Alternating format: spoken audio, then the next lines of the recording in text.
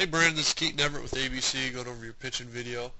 We're going to go through and kind of break it down at a few key spots that I like to look at and just, talk about a little bit about how we're going to emphasize, how we're going to maximize our lower half, how we're going to get ourselves in a nice, consistent position to deliver the ball, and how we're going to keep ourselves nice and healthy, all right? So right off the bat, overall, big picture, it's pretty solid, all right? First thing we're going to look at is how we're starting. How we start dictates a lot of how we're going to finish, all right? So the biggest thing with how we're starting is balance, all right? We want to make sure we're over that back foot, which you're doing here pretty good, all right? And you're going to see your momentum take you forward a little bit before those hands break, all right? What we want to see is you get to that balance point, the hands break, and then the body gets going forward, all right? Because so much of how we start and how we get consistent is breaking our hands at the same spot, all right? Your hands don't break till probably right about here. Okay, as you can see, that leg's already starting down, your momentum's already starting forward, and all that's showing is that, your hands might break here one time, they might break here, they might break here. It's just really hard to get consistent breaking them as your body's going forward. We want to try to get to a point where once this leg starts down, like right here, once that momentum starts going forward, those hands are going, all right? Now you can see you drop your hands quite a bit, all right?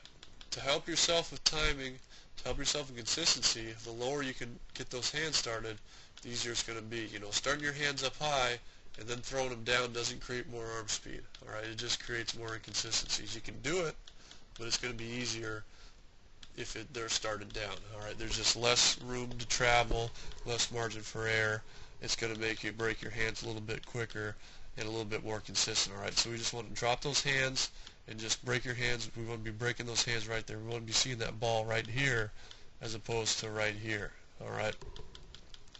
Leg path-wise, hips-wise, we want to make sure that our hips are going forward first and they're staying closed as long as we can, all right? You're in a pretty good position here.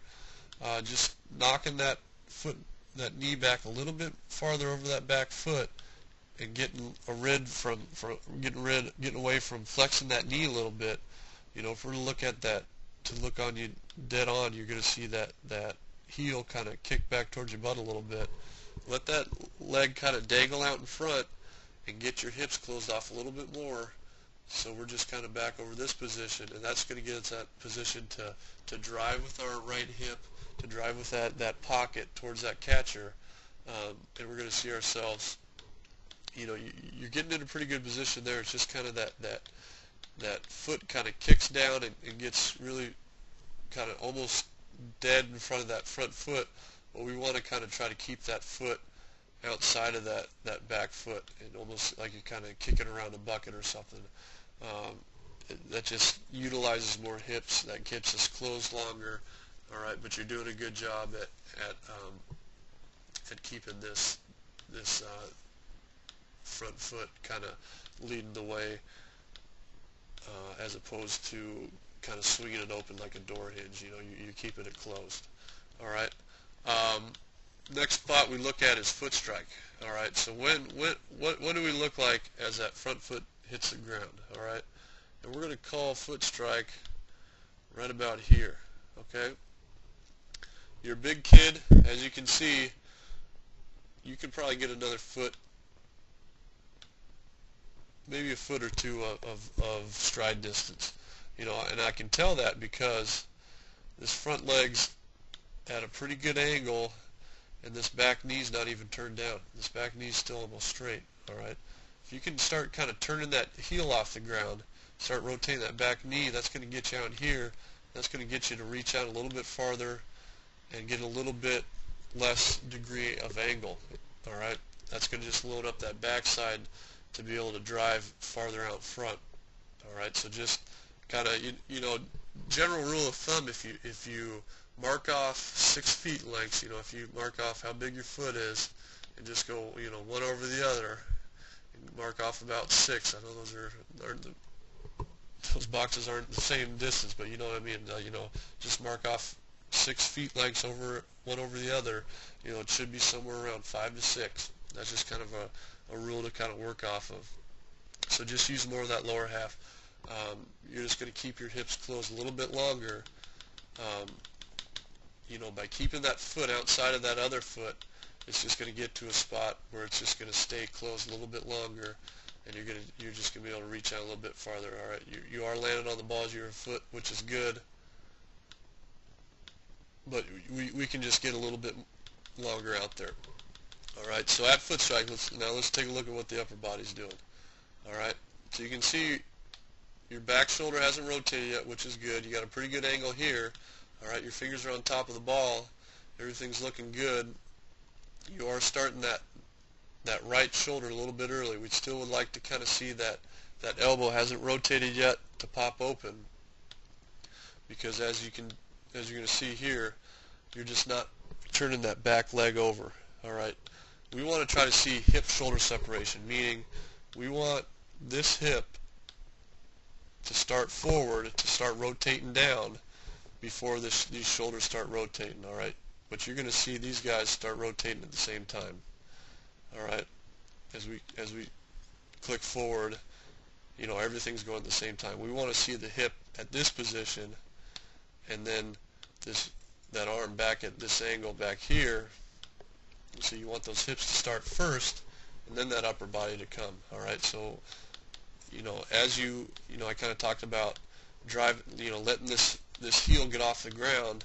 All you got to think about is we got to make sure that this knee's turning down into the dirt instead of just kind of staying stiff legged. So just work on starting that hip a little bit earlier, and that'll get you out over that front foot. Okay. Another thing that you're doing, I talked about that front side popping open early. Okay, you can see that this front side's rotating early. It's just rotating with your hip again. And what that's going to do is that's going to cause your arm to lag, and you're going to see this angle it gets at right here. All right, that's a pretty extreme angle. We usually don't like to see anything less than 90 degrees. Somewhere right around here is kind of where we want that arm to be. If you're getting in this spot, that's putting a lot of strain on that elbow. All right, and all that is that front side's popping open early, and your arm's going so quick that it kind of has to lag to kind of catch up with everything. And then you're going to see yourself kind of post up on this front leg and just release the ball with your foot completely off the ground, really high. All right, we want to see you drive that backside all the way through that front side to get more power. All right, and stride and cutting yourself off with your stride length is going to cause you to pop open early. So at this position, at release, we're going to want to see this back leg still on the ground. All right, and you can't do that here because you're cutting yourself off and striding too short. So the longer you can stride that leg, the more power you're going to be able to drive through that backside. This is basically, you're try to punch someone on one foot. There's not a whole lot of power behind it. You gotta have 2 feet on the ground. You just want to be in that more explosive, more athletic position. One hand or 1 foot on the ground. It's tough to stay controlled. It's tough to stay balanced. It's gonna be inconsistent release points. Just get that back foot on the ground and just work on that. Just focus on that lower half. Just stay through your legs a lot longer. Reach out down the hill. And you're gonna get a lot more velocity pickup, and it's gonna get you in a little bit more healthier of a position. So just start with those hips, get that hip going, right off the bat. Get that knee back over that back foot, and just drive those hips down the hill, and just use that lower half to generate that torque. Get that left hip going towards the plate before that upper body's turning, and you're gonna be throwing a lot harder. Especially with lefties.